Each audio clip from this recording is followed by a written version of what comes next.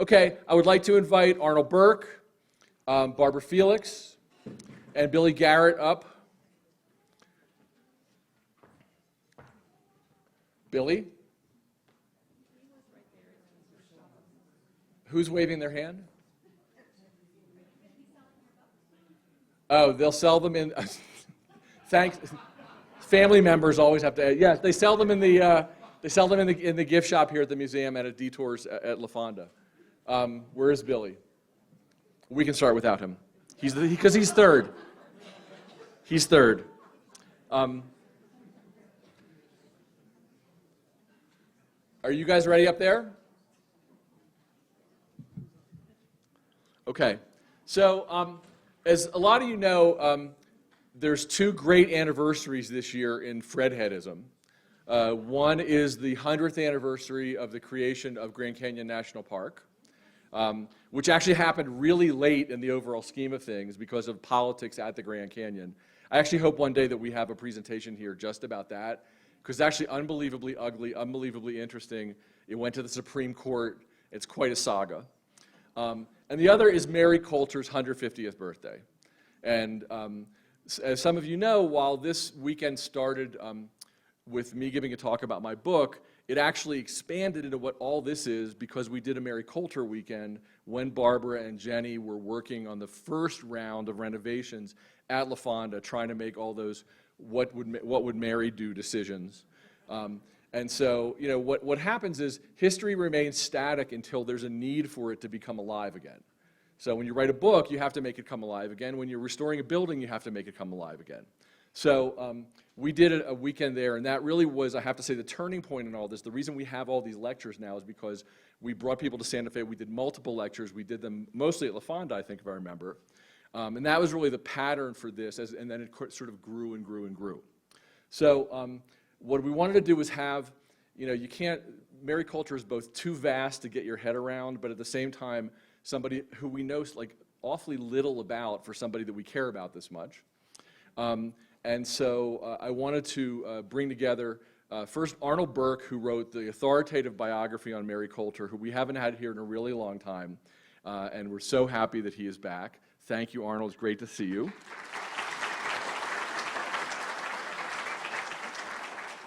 And Barbara Felix, Billy, if you could come in.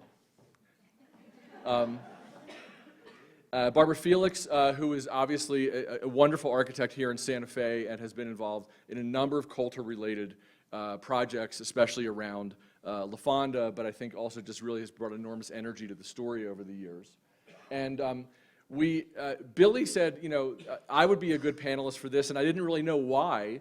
I mean, I knew he had been the National Park Service's historical architect. No, I mean, because I met Billy because he was in charge of the museum. But then we had this amazing conversation, which I don't want to tell you about because he can tell you about it, about his involvement at the Park Service and at the Grand Canyon during really incredibly formative and important years when some of the Colter buildings at the Grand Canyon could easily have been lost. And so we don't know about that so much. And the other thing that I got, which is really cool, Mike Quinn, our friend at the Grand Canyon, made us a film. So this is every bit of visual film that exists on Mary Colter. Some of them you may have seen. Okay. Some of them you may have seen, but others not. Let me see how I do this. Do I just... The video is not in the PowerPoint. So if we exit out of it and go back to that folder, it's in that folder.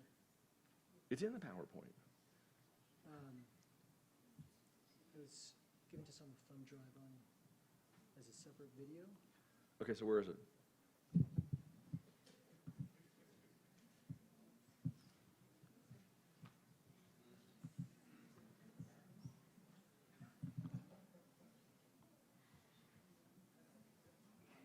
Okay.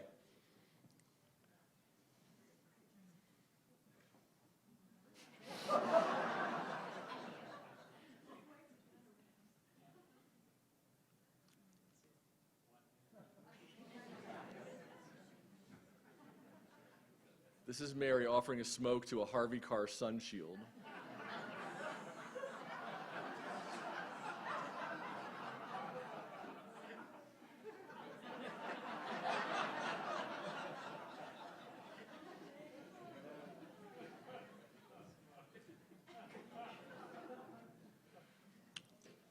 This is Mary driving a Harvey car.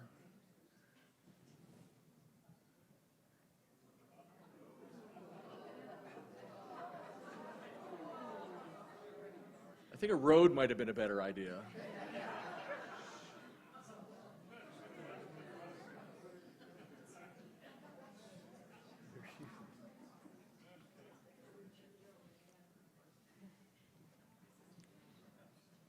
I mean, it's so cool to be able to see this.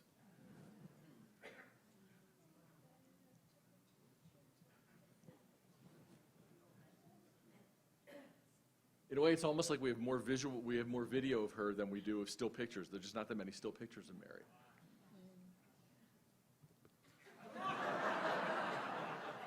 Just happened to be some musicians wandering by.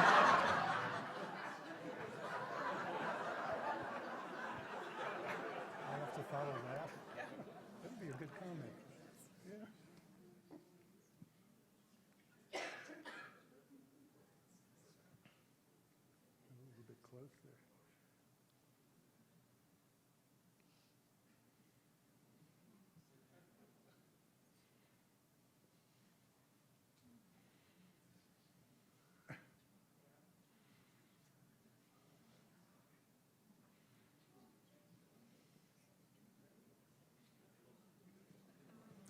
This is, I think, up on the top of the watchtower when they were still building it.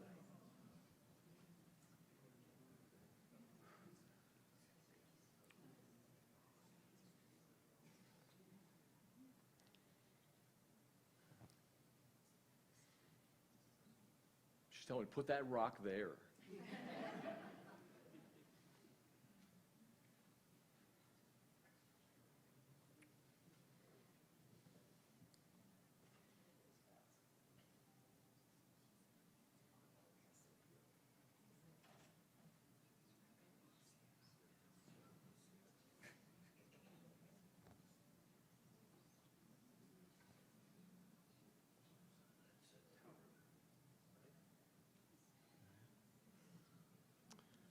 That's it.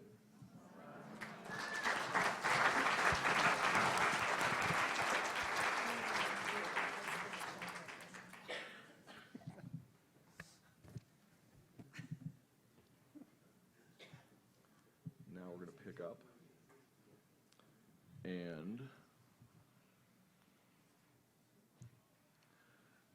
Arnold is going to show us his slides. Here's this will advance it for you. Okay, talk before I. You can talk. Show. You do whatever you want. Your slides are ready. You can be up here if you'd rather. Yeah, why not?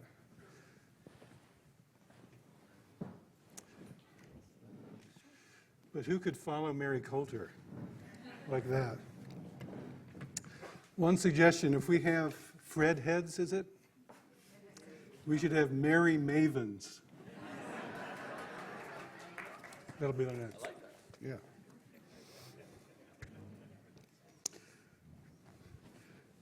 First, I'd like to begin with the 150th sort of honor by sharing some very good news, which is that the restoration of the murals that Mary Colter commissioned for the tower at Desert View at Grand Canyon have been restored. So,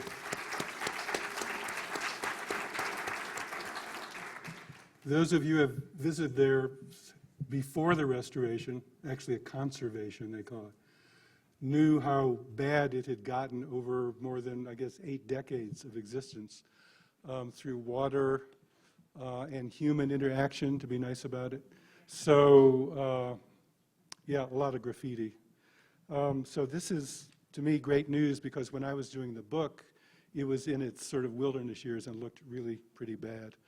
And also, I've been told the kiva in the front through which you enter to go into the tower has been cleared of much or maybe all of its merchandise, so you can actually go in and see the architecture of the room and the intent and the stories that she intended and the Park Service intended to be told through this wonderful space. So I have to go back there and see that.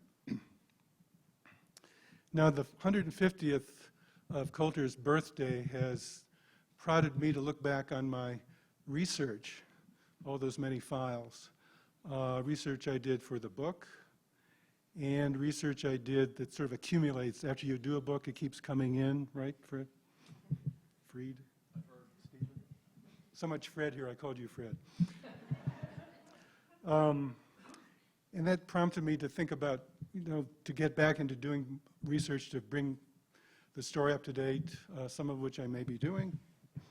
And especially am interested in the people that Colter worked with, either on projects or the people she knew socially, that she knew professionally, and to get more information on her interaction with those people to help build up the record for Mary Colter, but also to find out more about these people in and of themselves, because these are really interesting people, very, very varied. So I'm just going to go through a little list of the ones that I've picked here. The first is Erna Ferguson. Who here has heard of Erna Ferguson? Okay. Well, most people nowadays, especially throughout the country, have never heard of her, which is very sad because she was a brilliant writer on, can't call her a travel writer, she was a travel essayist, a cultural travel writer essayist, to put it all together, who did incredible books on the Southwest. First one of which I encountered in doing my research on the book, for the book, was called Our Southwest, which I think is her most famous book, after the book she did called Dancing Gods. Okay. These were books that were published by Alfred Knopf in New York. They were really high-quality books with high-quality photographs, and to my knowledge have fallen out of renown ever since. And they've never been reprinted. Now, I'd love to be corrected on that, but I would really love to find out more about her life, which, as you know, includes being a tour leader. She founded the Kosher Tours, which led later on to the famous Harvey Indian Detours. So she was a writer, business leader, all sorts of things wrapped into one woman, into this one Albuquerque native. The next person I want to mention is the person I call Colter's sort of pal, who is Herman Schweitzer. Together, they did a lot of travel and research and working on what these projects would become in terms of the hotels, the stores, the shops, all sorts of things. And of course, Herman Schweitzer, you all know as the marketing genius of the Fred Harvey Company. And I thought that there's really three of these people, sort of the fearsome trio, which would be Colter, Herman Schweitzer, and then Minnie Huckle. And I sort of, in my own way, regard them as like the genus of the look of Harvey and the look of what they offered to the public, those three people. Then there's a man I call the polymath of the parks, Jesse Nussbaum, who seemed, as I was doing the research, to pop up everywhere. And I thought, you have to stay on a linear track when you're doing a book, and I thought I've got to get back to this guy. He was a superintendent of Mesa Verde for many years, and I believe headed the laboratory of archaeology. Do I have that right? Or anthropology? Over anthropology. So I would love to find out more about him.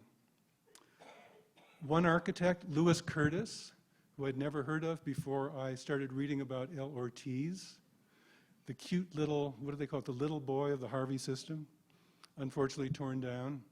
And I found out in my initial research that he was an amazing architect who designed in many different styles, not just mission slash, Southwestern, but Viennese style, modernism.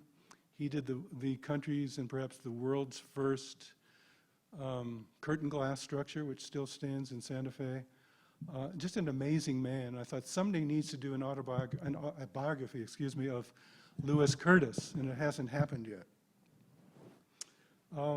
Arthur Matthews, who was Mary Colter's teacher when she went to the California School of Design in San Francisco, back in the height of the arts and crafts movement.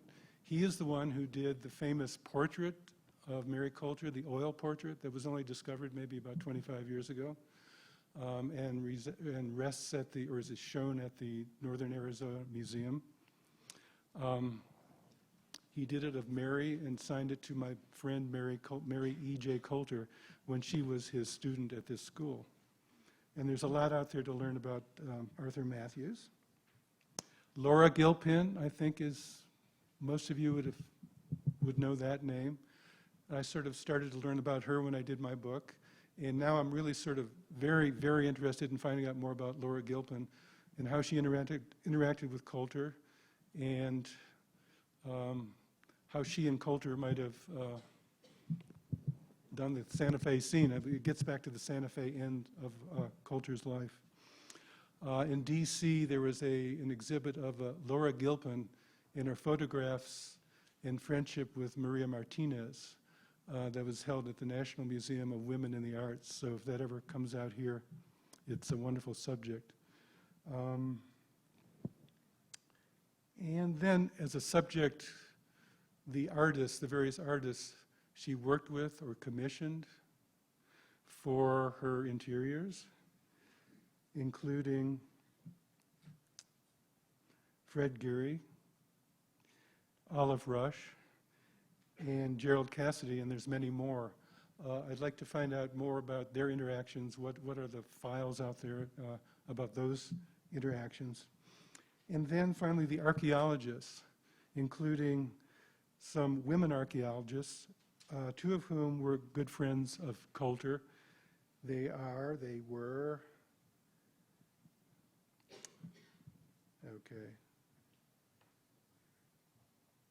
Harriet Cosgrove and Marjorie Ferguson Lambert.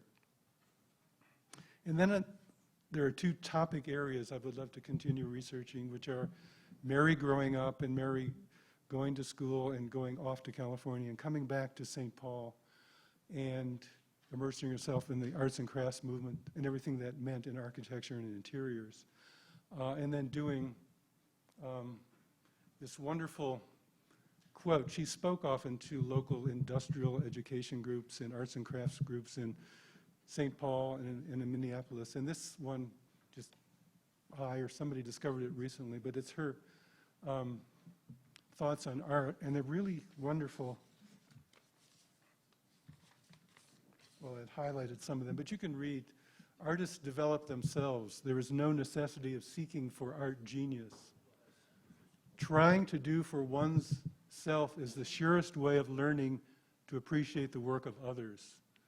And that's just sort of one of the best. There are very few quotes from Mary Colter, so that's one of the best.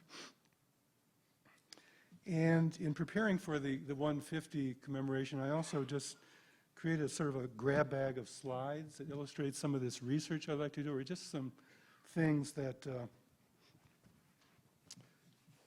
illustrate Mary. And let's hope this works. Okay. I click on something, right? Oh. No. Okay. Yeah. Okay, here are about 6 slides to explain in a little background. To prepare for designing the watchtower, the Desert View, she created a little group of Harvey people and hangers-on and drivers and Herman Schweitzer, and they went out and visited and documented and photographed their way through Mesa Verde, Hovenweep, Chaco, Bonito, other places, and came up with a wonderful sort of an Ansel Adams level photographic record. Many of them taken by Colter, some of them I think by other folks that's still to be researched. But for each of the ones she brought back, she put her stamp on the bottom, you can see there. This, I believe, is in Chaco, and I believe you would not do it nowadays. Concrete on the top has been removed. Where is it? Mesa Verde? Oh, that's Mesa Verde, okay. And I don't know if the concrete oozing over the top is still there, but probably shouldn't be. Mary Colter again down in the left-hand corner.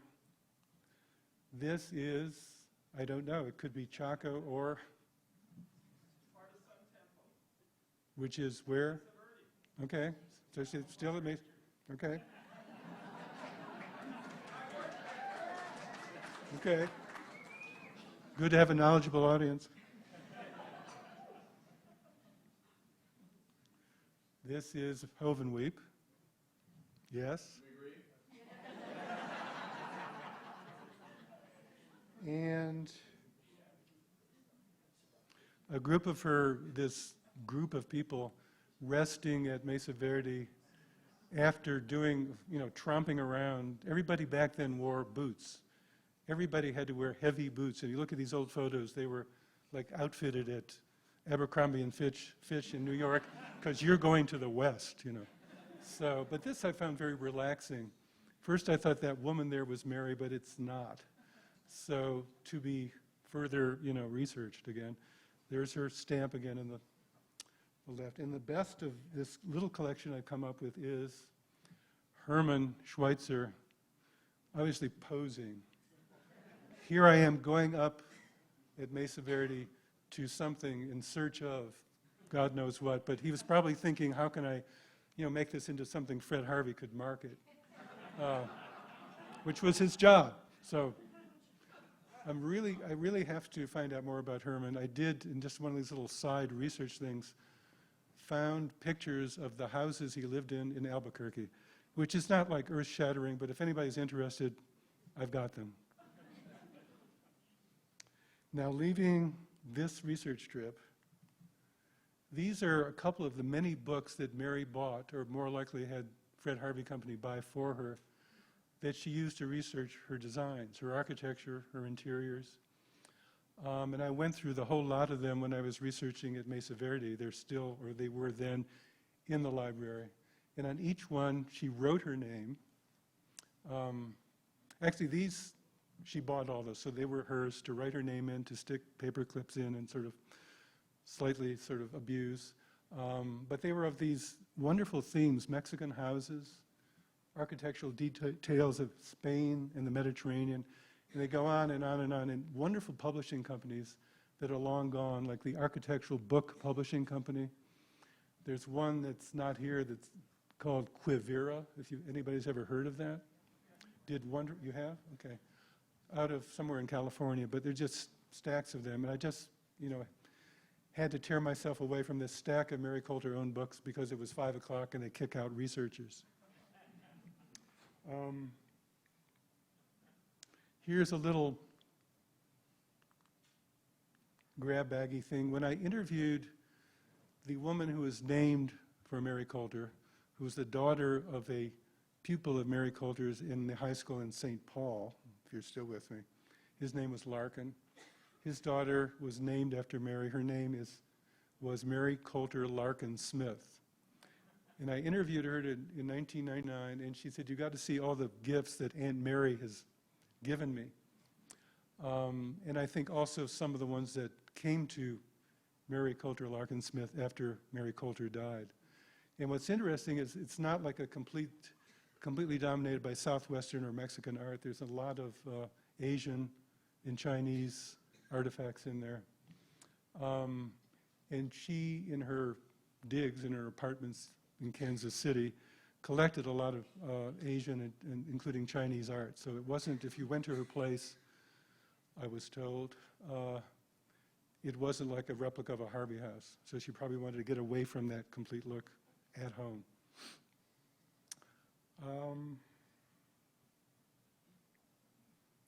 Little fun thing I found. Somehow Hedda Hopper found Mary. This is from a Hedda Hopper little short stub of a gossip column in 1944.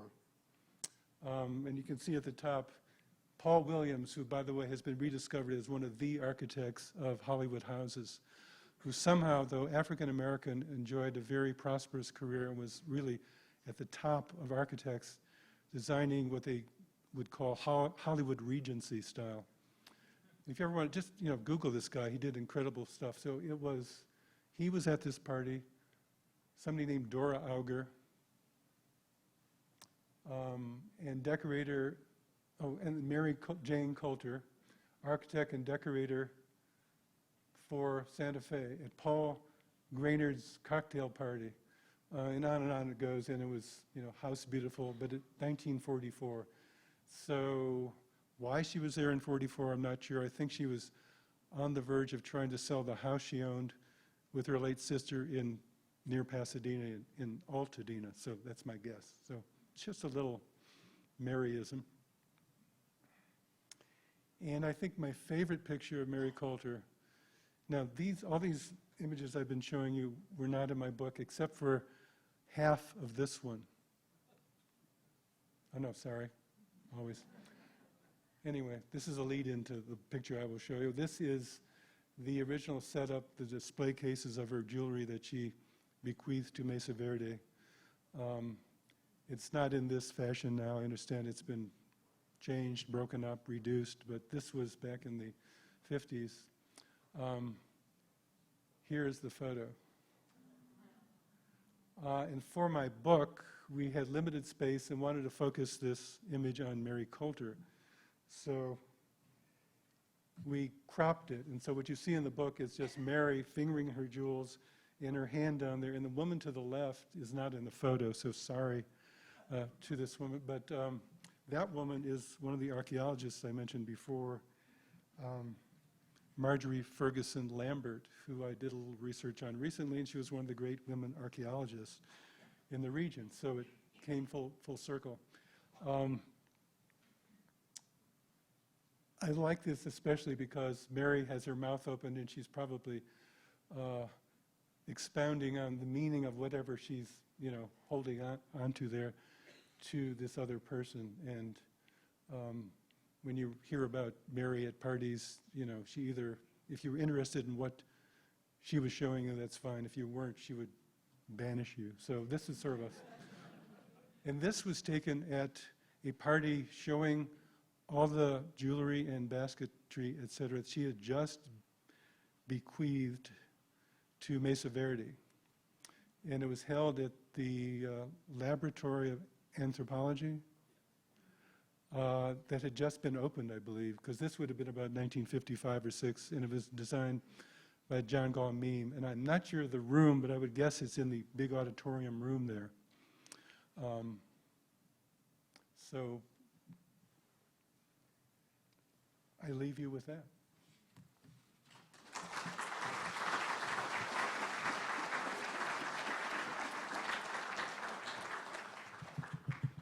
Okay, Barbara is going to go next, and after, are you going to sit down?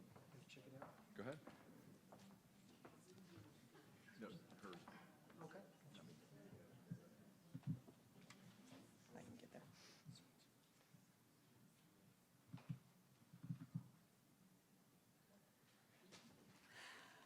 I'm starting with a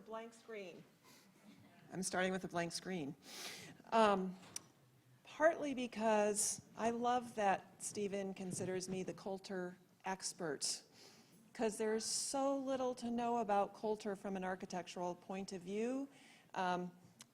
There's not a lot of drawings. I'm not sure there's some drawings, but not a lot of drawings. There's not a lot of pictures. There's some photos. I'm not going to say I've made this woman whole cloth, but I'm passionate about this woman because I think she has a right to be who she is, and I think she's an architect. And so I'm going to talk a little bit about what that means.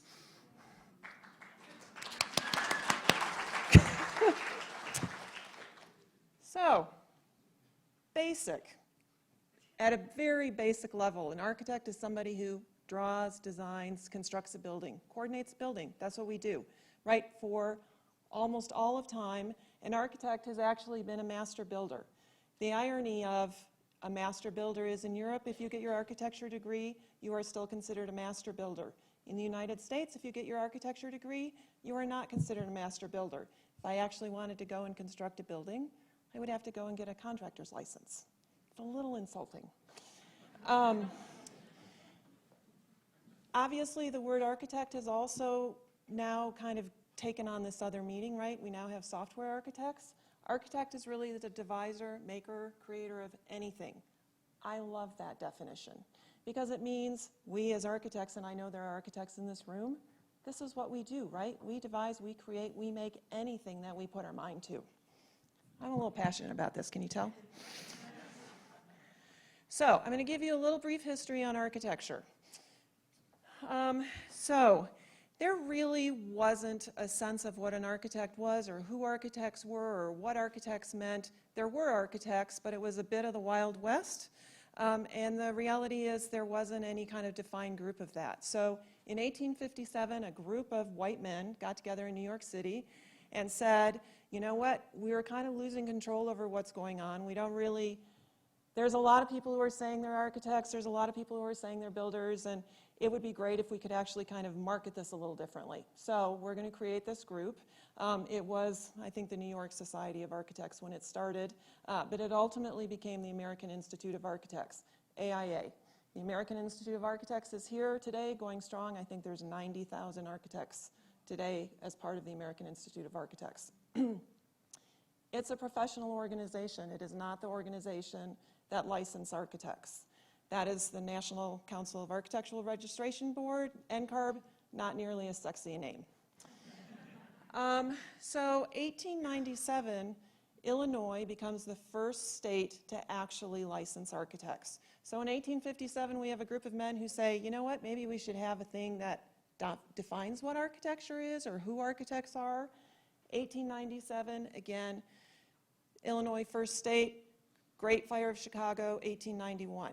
There's probably a reason architects and licensing started in Illinois, right? Because a whole bunch of people came in, didn't maybe have the credentials, maybe there was some philandering, there was stuff going on with money, but there was a little loss of control. To be clear, up through 1919, actually let me rephrase that, in 1919, Illinois stated the requirement for becoming a licensed architect is you had to have 3 years of experience under a reputable architect. It's not necessarily a high bar. But it tells you what's going on right in the rest of the world, or at least in the country. So in 1901, California begins certifying architects, and I say this because if you wrote a letter to your client saying, I'm going to do your drawings, I'm going to do your specifications, I'm going to design your building, but I'm going to tell you I'm not an architect, you could still be hired as an architect. So it wasn't until 1963 that California actually said, you now must have a license to be an architect. Again, pre-1946, you had to have 10 years of experience. That could be 10 years of experience, it could be partial education, partial experience. And I'm picking these states because they're kind of up and down the rail line, right? 1921, Arizona begins licensing architects. Colter did her work well before 1921 in the Grand Canyon. 1921, Minnesota begins licensing architects. Again, 6 years experience, could be education, could be experience, could be some kind of mix of the two. 1932, New Mexico begins licensing architects. John Gaumeme, absolutely instrumental in this. In fact, he's the third licensed architect in New Mexico. Again, 4 years experience required or education equivalent. This is kind of like saying you really just need to be working under a reputable architect. 1941, Missouri begins licensing architects, first architecture license in 42, right? Most of this is happening well after or at the end of Colter's life. All right, I added something, I want to make sure I get it. Okay, so what's going on with women in architecture? Are there women in architecture? In 1870, right? One female out of 2,000 people in the census who have identified themselves as architects is a woman. In the 1890 census, they've actually lumped all of this together. Drafters, architects, designers, so less than 2% of that lump are women, so 22. 1900, as of 1900, 39 women had graduated from architecture programs.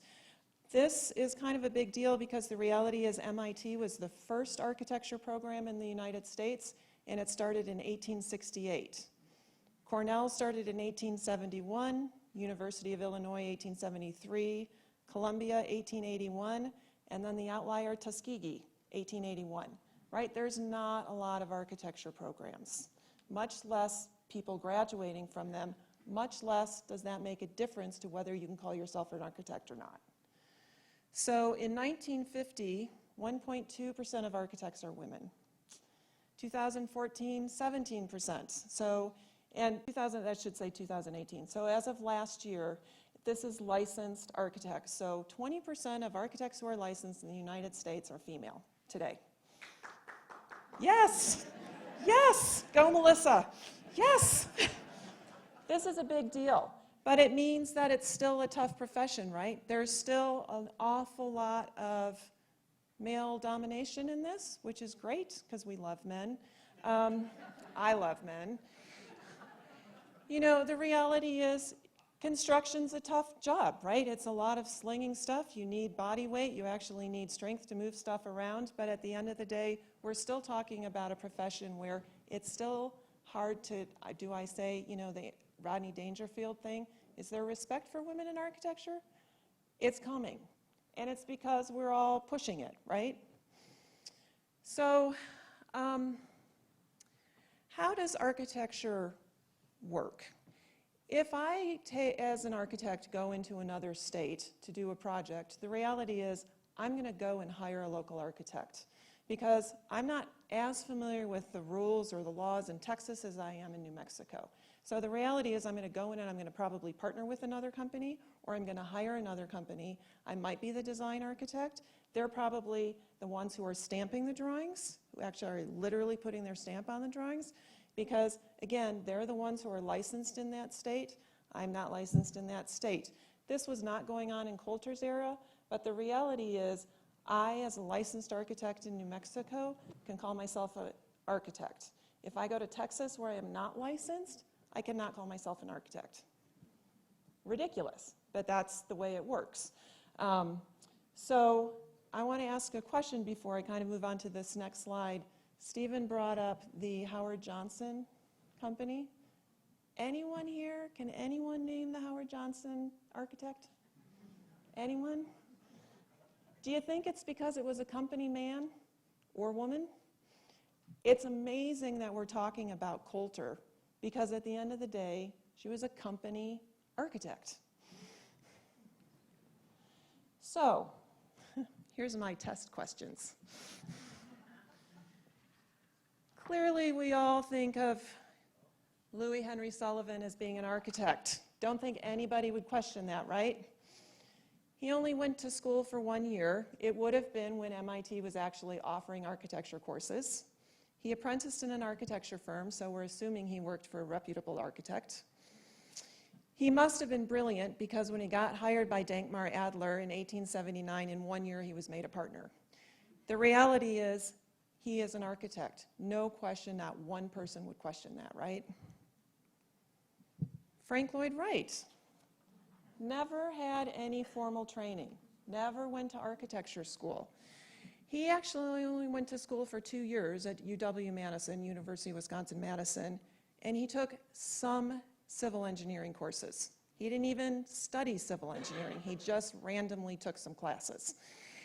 And then he left and he apprenticed at the previous Adler and Sullivan, so clearly, again, apprenticed at a reputable architect's firm. Then let's talk about Marion Mahoney Griffin. How many people in this room have heard of her? Okay, guess what? Company woman.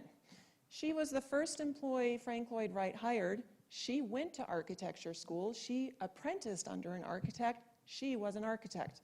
Clearly, we all think about Frank Lloyd Wright as being an architect. That beautiful watercolor down there, that's what she did for Frank Lloyd Wright, quite apart from most of his designs. The face of Frank Lloyd Wright came from the drawings that Marion Mahoney Griffin did. Again, company architect. Julia Morgan. I find it ironic that the women are the ones who went to school.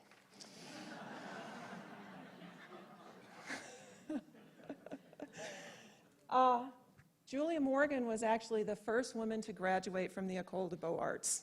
The first woman, again, with a degree in architecture. 1904, established her first office. So the reality is, right, California is licensing architects in 1901. No question this woman was an architect. Not a person in this room is going to disregard that. Guess what? Her name was on the door, over 700 buildings. Everybody in this room has heard of the Hearst Castle.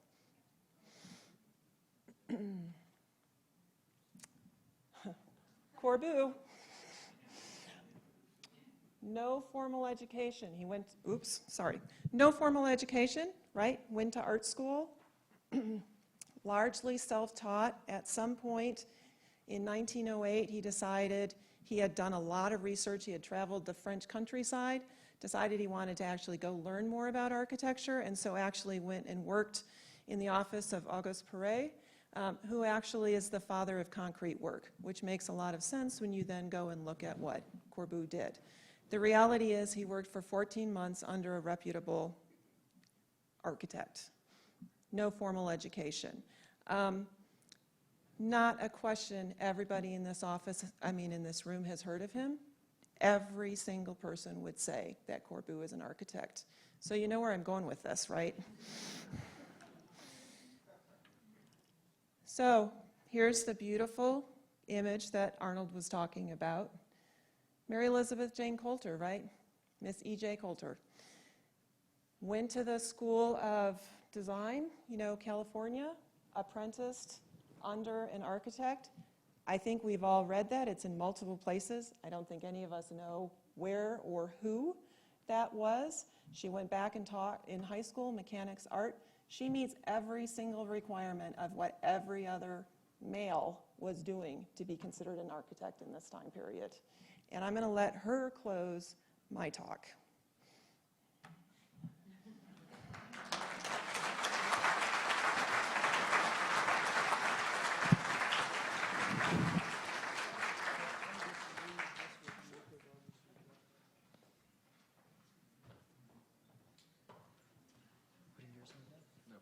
I don't need mine yet.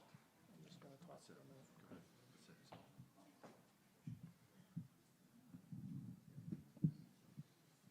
Which one is yours? Saving Coulter's Legacy. So, actually, you can leave the first one up. Okay.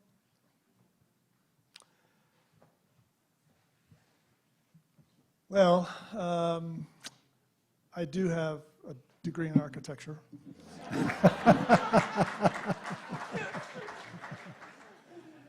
And I actually got my license, although it took me a while, and I finally ended up being licensed in Georgia, even though I did my professional studies at Arizona State.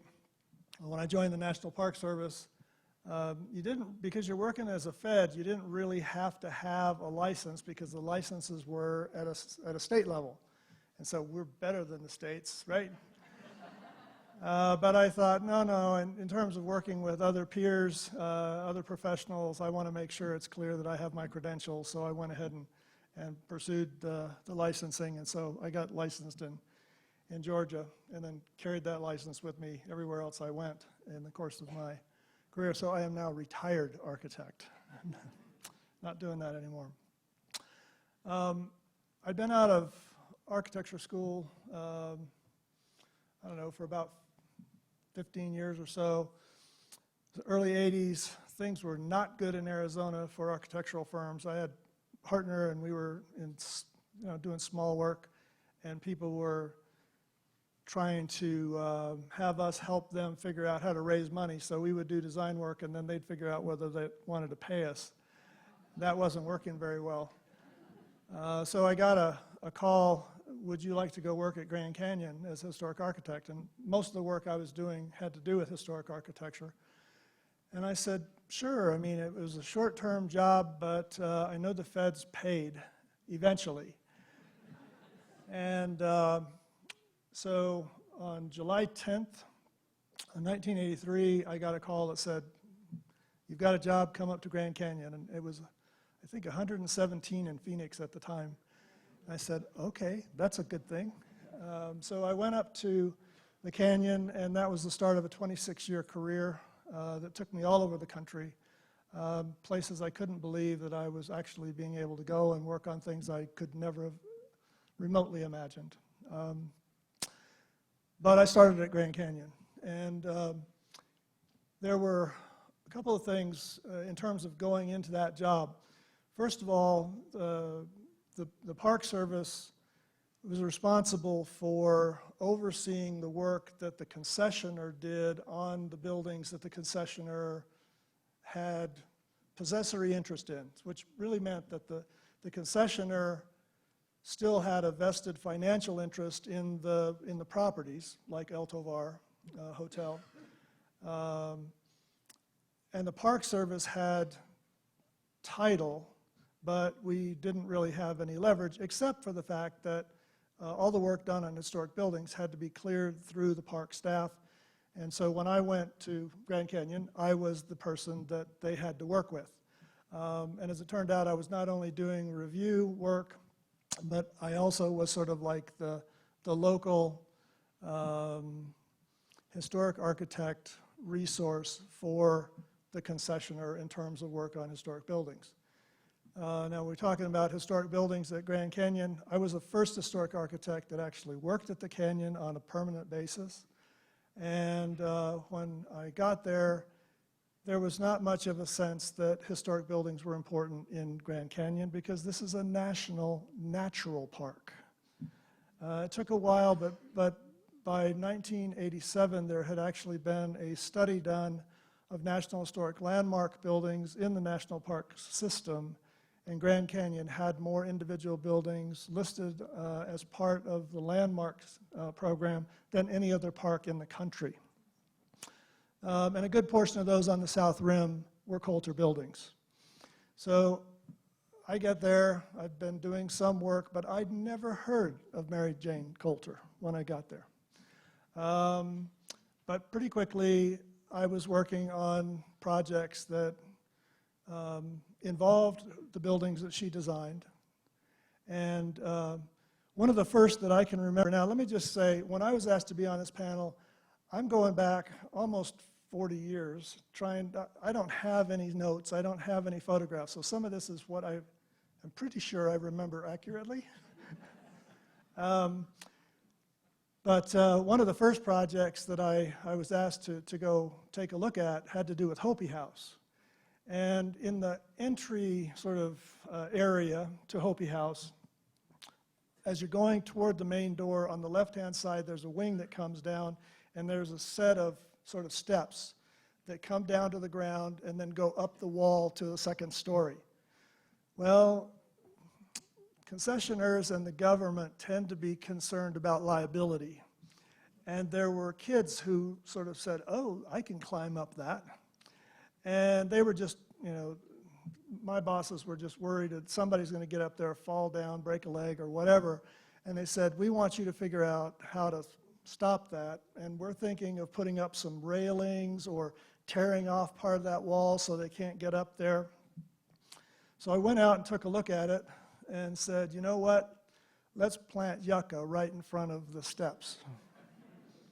So that was already part of the landscape. We just took some plants and put them right where they would interfere with anybody doing what they shouldn't do. And that was a very simple technique of preserving the work that Colter had done. I was approaching this using the Secretary Standards for Treatment of Historic Properties, which is basically you just don't tear off original material, you respect the historic character of the building, and so I was looking for a non-intrusive way of solving this problem.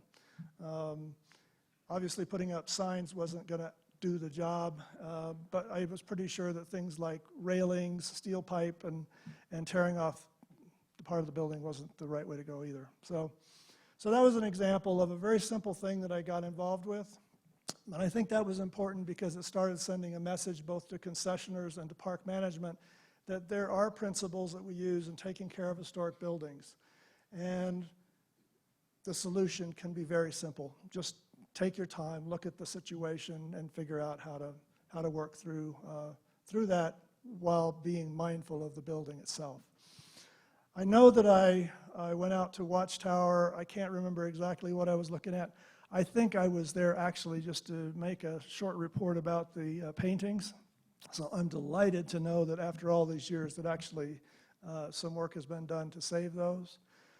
I know I went down to Phantom Ranch, Lookout Studio, and sometimes it was just checking to see what the maintenance program was, making sure that things were being done that would minimize adverse effects on the buildings.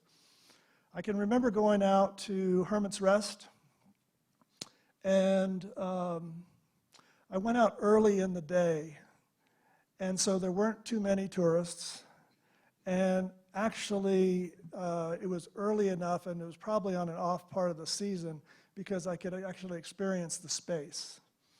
And I'm so happy to hear that they've been moving merchandising out of some of the spaces, because one of the things that had happened over time was that the company and the people who knew about these buildings and had a feeling for them as experiences for visitors were gone. And you just had people who were there who only cared about selling as many Chinese rubber tomahawks as possible. And it was hard. I mean, basically the merchandising was getting in the way of any experience.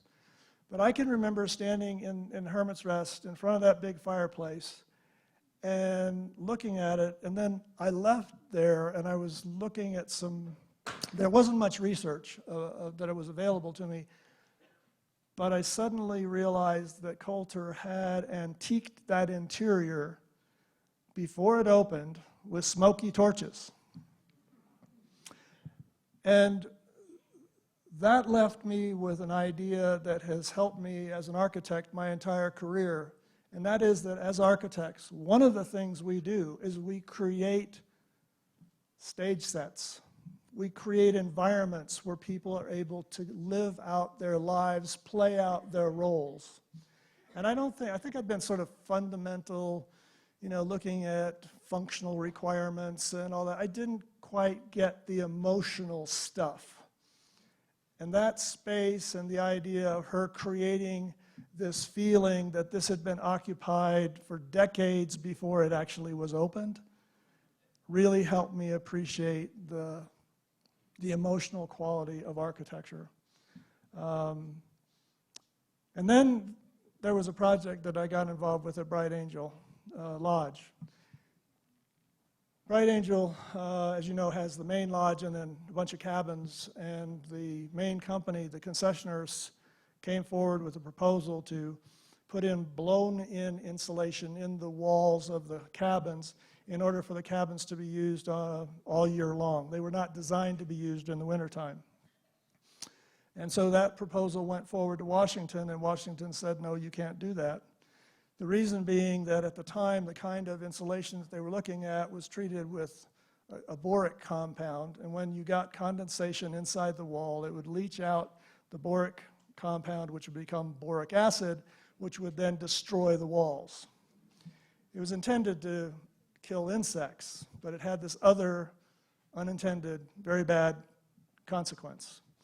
So the company said, well, if we don't get to do that, we're tearing the cabins down. And so I sat down, I thought, I had a class in mech and elec, and I had to calculate things like dew point and so on and so forth. So I basically took the climatic data for Grand Canyon, wrote a short paper, sent it to Washington explaining that because of the conditions at Grand Canyon, that we would not get condensation inside the walls that they were worried about. And they okayed it, and it was the first time that they'd okayed it, and that saved the cabins.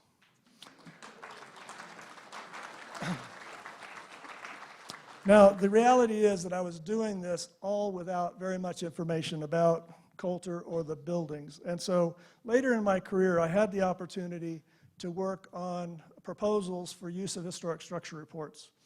And let me just, I'm going to go through a couple slides. What I'm going to say is that every Colter building should have a historic structure report. That this is essential to the protection of these buildings, not just for the next couple of years, but for the next 100 or 200 years. And what you can't depend on is informed, enlightened, and caring owners. You're going to get people along the way who don't get it, and stuff is going to go missing in terms of why Mary Jane Colter did certain things. And so the value of a historic structure report is it's focused on the information about that building.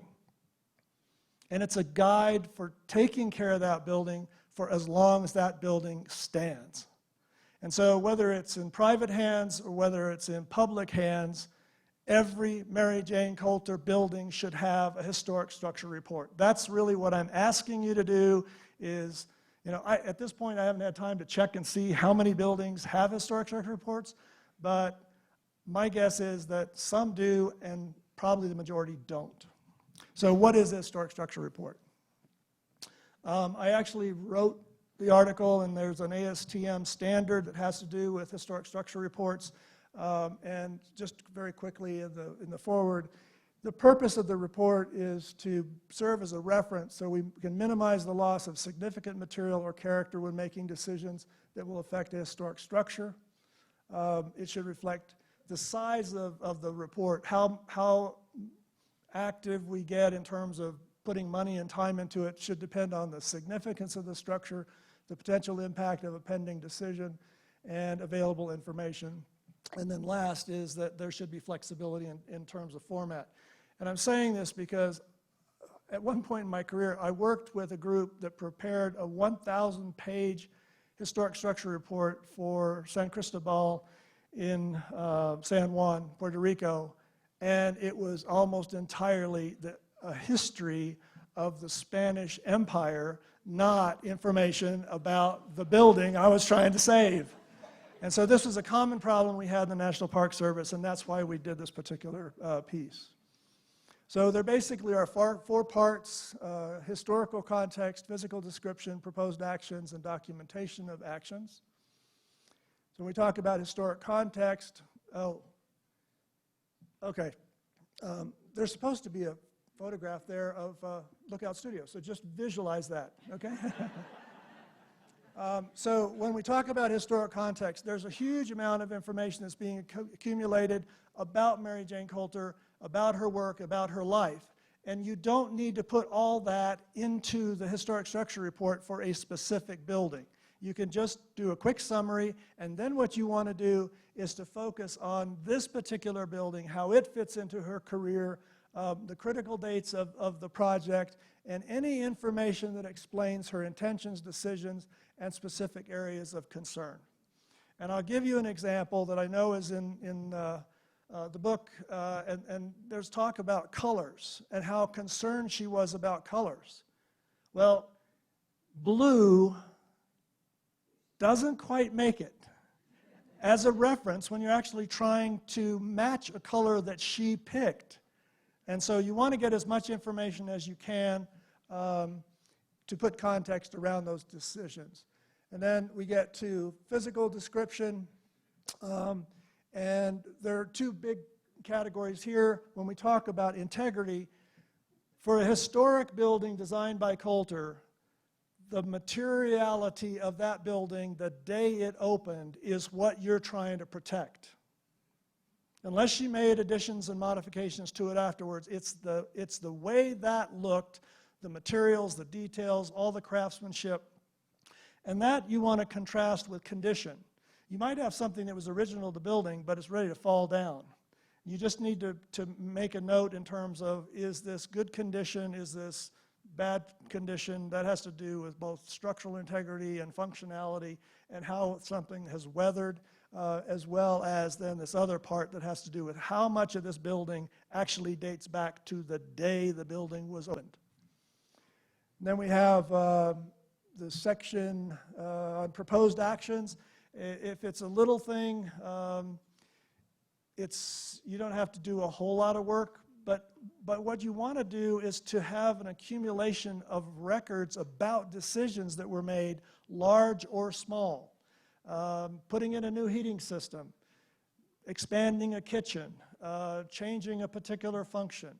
Those kinds of things are important to document. And so what you want to do is to consider alternatives, just like I said about the issue with Hopi House, you'd want to say, well, we looked at 3 options. We could have taken down the wall, we could have put up a steel frame to keep people out, or we could have planted yucca, and we decided to plant yucca because it had the least impact on the building. And that is a kind of information we need to preserve and pass on to future owners and managers of our properties. And then documentation of actions, and this is you've made a decision, so you take a picture of where you put the yucca. Or you take a picture of the new structural system that you put in place. And then last, I just want to say that the form of this can be files, just keep them organized. That's usually where we start. And then at a certain point, you start working toward 3 ring binders and making divisions and putting draft reports together.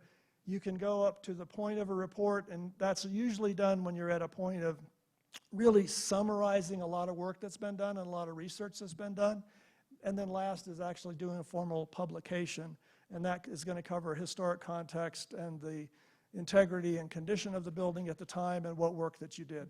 And that will then provide continued information for future owners and managers in terms of preserving Colter's legacy. Thank you. Can you guys bring your chairs together?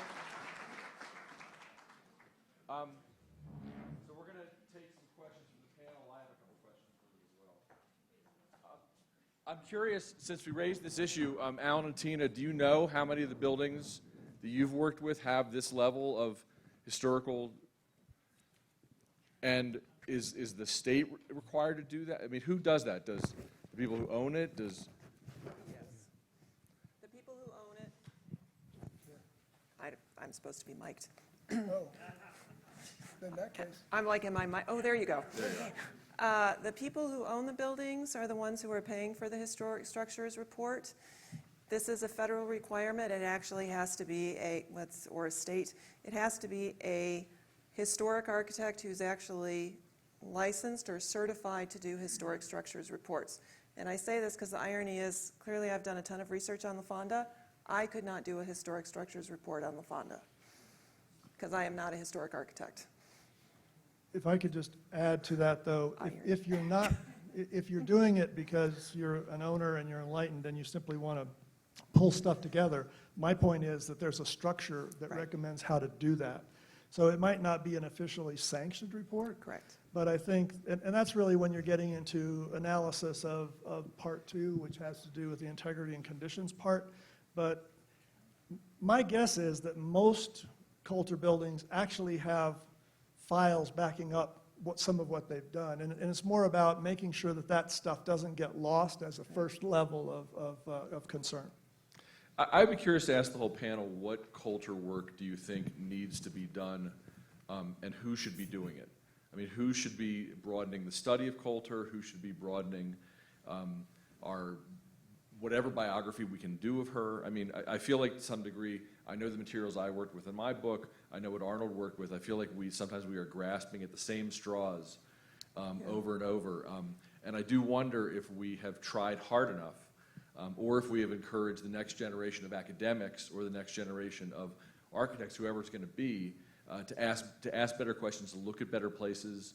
I don't know. Are we trying hard enough? And what can we do to improve our understanding of her personally, of the work better, and also to put it in a better context than I think we've been able to do? Arnold, do you want to start? Do I need to use that? No, you have your mic. Your mic Oh, too. hello. I mean, no, we haven't done enough. You do the book and it ends there, but biographies are followed by biographies and more research. And as I indicated in talking about research I would like to do, I think most of, if not all of those avenues are definitely worth pursuing, and often through other people who knew Colter, to go, you're doing this tree trunk and you're going off to the side. We need to go off more to the side to get interactions between Colter and all these other people. And I don't think there's much more to be done in that area. I would agree with that, and I say that because there's, since Colter spent her last 10 years here and died here, right, there's people that I run into, older people who knew Miss Colter, and they're very clear, you were never allowed to call her anything except Miss Colter. And she chain smoked, and she was not always polite, and her definitely teeth clacked. But that generation is dying. Yes. And so it's great that we have the Harveys, and it's great that we have the books, and the reality is, I agree with Arnold that those next branches that are going off of people who actually knew her, even tangentially, that piece, it would be nice to get information. And that's really just a call to arms of who wants to be interviewed. And with regard to historic structure reports, I think the place to start is probably by getting information about what the status of documentation is for every building, whether there is in fact a historic structure report or part of a historic structure report, or where the files are.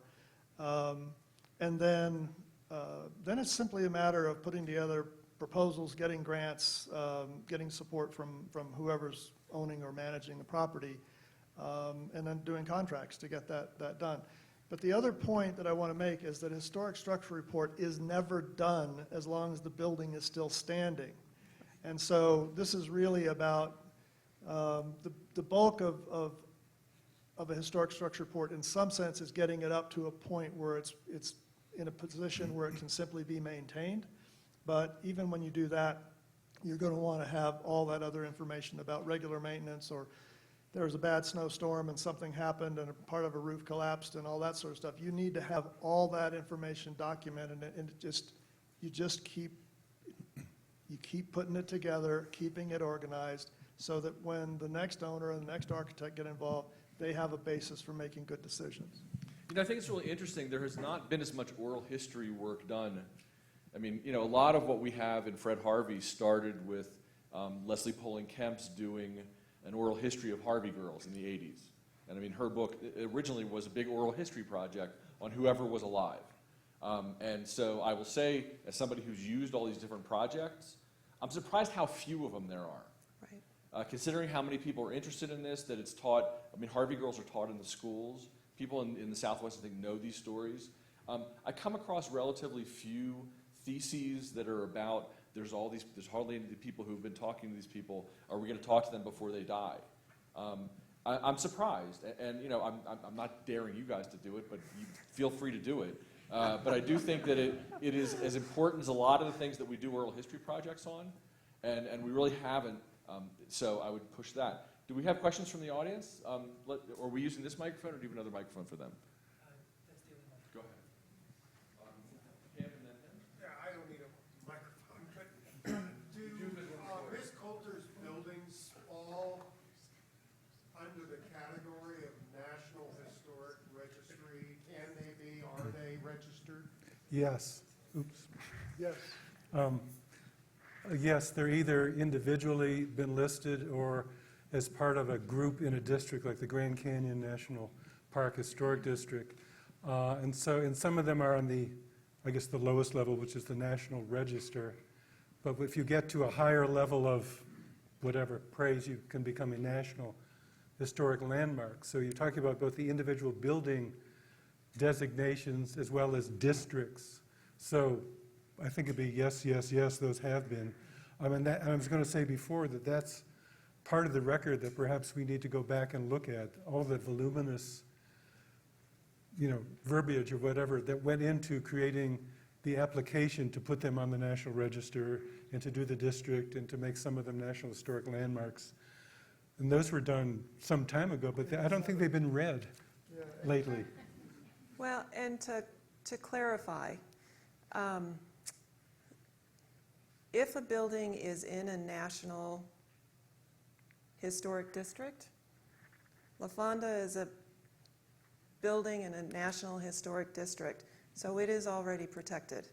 La Fonda doesn't have its own historic building designation because it doesn't need to have that. With that said, there's a ton of research that's been done, and you know, Jenny's got copious records of what has happened in the past. So to Arnold's point, there are levels, and the majority of Santa Fe is historic districts, and this is partly why people hate historic districts, because you end up included in that even if you never said you wanted your building specifically on that. We need to make a clarification on that. National recognition will not prevent a building from being torn down. It'll prevent it from being modified, usually if there's some federal money involved, et cetera. The true protection, and this is like one of the bases of the preservation movement, is that the local people have historic districts, have landmark ordinances, and that is what I know you have in Santa Fe. Right. And that, I imagine, if it's strong enough, is what protects La Fonda, as opposed to it being on the National Register. It's all three. Well, yeah, I mean, you can say it's on the register and scare people. Right. This question is for anyone on the stage that can answer it, but I know from reading Stephen's book that Mary Jane Colter, the La Posada never made money the whole time that it was opened, because it was opened mainly during the Depression. But I know she felt badly about that from reading Stephen's book, but I'm hoping someone can tell me that she was tough enough to respond and bounce back from that and not become another Vincent van Gogh, and think that's yours. you know, could feel good about the beautiful place that she created, because it was such a beautiful place. That's right. That's yours. You're the expert. You know, it's interesting you say that, and I think actually Arnold wrote about that a little more than I did, but one of the things that I think is unusual at the Fred Harvey Company, which we always have to remind ourselves, Mary Colter, I don't think, thought of herself as being like Vincent van Gogh. I mean, Mary Colter was a hard-working designer and architect who churned out a ton of work. And the Harveys and the people who worked for them were not the kind of egotists that we now expect of people who create this kind of cool stuff. And I think sometimes we impose our idea of what those people are like today, these larger-than-life characters. I don't think any of them really wanted to be larger-than-life characters. I think they wanted to create larger-than-life buildings. I think they wanted to create a larger-than-life service economy. They wanted to create places where you could shine. But I think we have to be careful, because my guess is that Mary Colter spent a lot of her days in Kansas City in an office, you know, with piles of stuff on her desk that had to be done.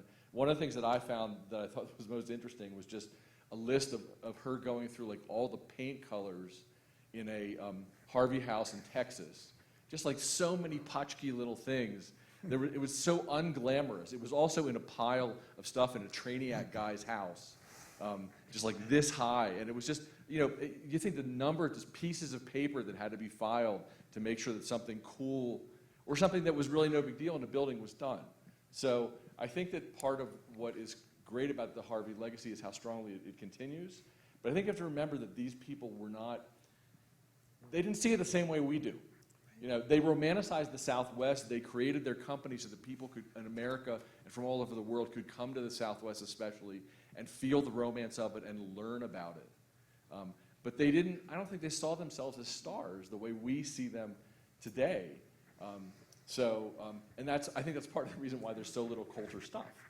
Well, one part, and this is true of architects in general, I hear this complaint, is that even today, when you read a piece about a new building, especially in the general press, they don't mention who the architect is. Right. And going back to the Colter era, it's hard to find even that her name is in there as a designer, as a hod carrier. I mean, you know, she's not in there because, and it wasn't because of her, it's They just because don't talk going, about the it. farther back you go, and I think you agree with me, the architect, whoever they are, simply is never mentioned. Right. It's this new building, and that's it. That's all the press wants, or wanted. Certainly all that Trump wants. I mean, and I don't mean that facetiously. Yeah. He's the developer, he's the producer of his buildings, his name is on the buildings. And who are his architects? Who, they're not paid. To do the research that you're talking about on the buildings, does that have to go through the National Park Service? No. Anyone can do it then? Well, I think it depends on whether you're dealing with a specific program that requires a historic structure report. But what I want to say is that regardless of what the other programs are, Tax Act or any other special programs, that the actual pulling together of existing data and of doing research, I think that's stuff, if you're interested in it, you can do it. And so rather than waiting for just the right person to do it, I'm much more interested in making sure that we save the stuff, that it's you know, at least in the same box or in the same filing cabinet.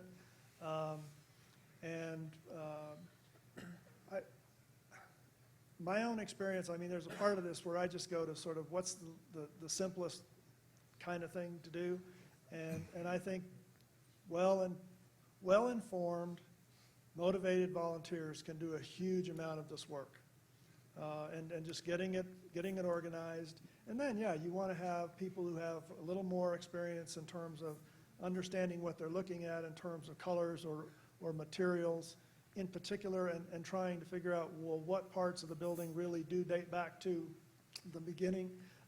Sometimes that's tough, and that's really tricky, and you do need a professional with good eyes, and you might need to have laboratory analysis of materials. But much of the rest of it, particularly records of work that's already been done, that's about collecting it and organizing it so then it can be synthesized into some kind of reasonable pattern so you can use it in the future. How can we ensure that nothing like the destruction of the Alvarado ever happens again?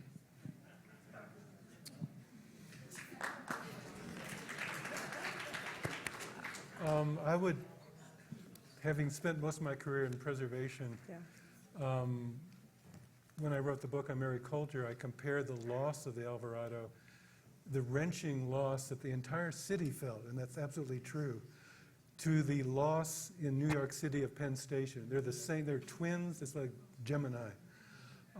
And part of the way to prevent this from continuing is simply the preservation folks have been hitting on this, you know, let's appreciate, let's inventory, let's save more and more buildings. And they're, having done that over decade after decade after decade, has made a dent of a major point. And today, I could say confidently, you would not have lost the Alvarado.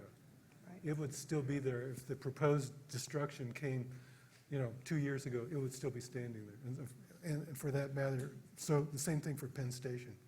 My theory actually is that the reason there's hardly any Fred Harvey activity in Albuquerque is the collective sense of just grief and loss that they let that building go. Because it's very odd. I mean, almost every other Fred Harvey city has some sense of itself as a Fred Harvey city, and Albuquerque almost none at all, when in fact it was the center of Fred Harvey life for many decades. And it's still inexplicable. I mean, I still hope it happens, but it really is very odd. That's interesting you mentioned that, because going to the hotel and coming into Albuquerque and asking people, well, they say, where are you going? To the Fred Harvey weekend. What's Fred Harvey? And I start at the top, I go, they did this, they're glazed. And I say, the bottom thing I tried to relate to them, I say, the movie The Harvey Girls? No. Then I go, Judy Garland? They don't know Judy Garland. So it's exactly, you know, people in Albuquerque that I talk to. How many here have heard of Judy Garland? Just as a little reality check. Go ahead. Yeah, I just want to add one thing relative to saving historic buildings. I think sometimes there's a tendency for us to say, if you can't preserve it exactly, then it just goes. And I think that the reality is that along the way, there often are compromises that need to be made. The Bright Angel cabins, where the blow-in insulation went in, have two little holes at the top and the bottom of the planks where they blew in the insulation. That was a change in the character, but that saved the buildings. And I think sometimes we get so hung up in trying to maintain the purity of the original design that we sometimes lose a sense of what the possibilities are if it really comes to it. What if we put a different function in the building? What if we do accommodate new uses? How does this relate to changes that are happening in the neighborhood or the particular district? And so I think the last thing I would suggest is that we need to stay flexible. We need to stay nimble. We need to know what we're trying to protect. But ultimately, it's it's as much as you can save when you're confronted with a devastating choice. You just try to save as much as you can. This isn't a question. I can answer that question that was just asked about how to save these Fred Harvey buildings, because that's what my husband and I have been doing for decades. You all can help save them. Come visit us. Come stay at the hotels. We just opened the Castaneda. Eat at the restaurants. Go to Langley Station. Every single person that visits us, they say thank you for helping save these, and I say thank you for helping save them, because you're coming to them, you're staying at them. If everybody stayed at the Alvarado, if the rooms were full every night, that building would still be staying. It's when people stop coming. People don't go to the restaurant, they don't visit them. That's when they die. And I'm just going to add on to what Tina said. And Tina and Alan are clearly doing amazing work at the Lord's Castaneda work. and Castaneda. But I think Tina nailed it, and Billy said this earlier. If we're emotionally attached to these buildings because they're culturally important to us, we're going to save them. The flip side of that is if at some point we make these buildings so precious, and I'm using that word very specifically, that they actually don't have room to grow and move with us and accommodate new uses, then we're also killing the buildings in a different way.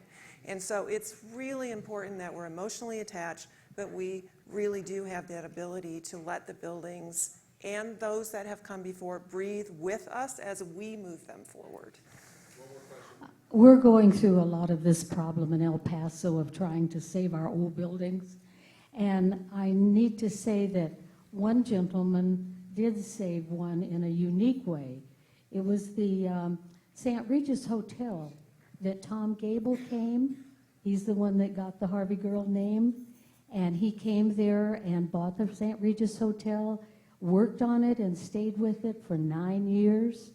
And so we were so proud of that, but of course it burned down.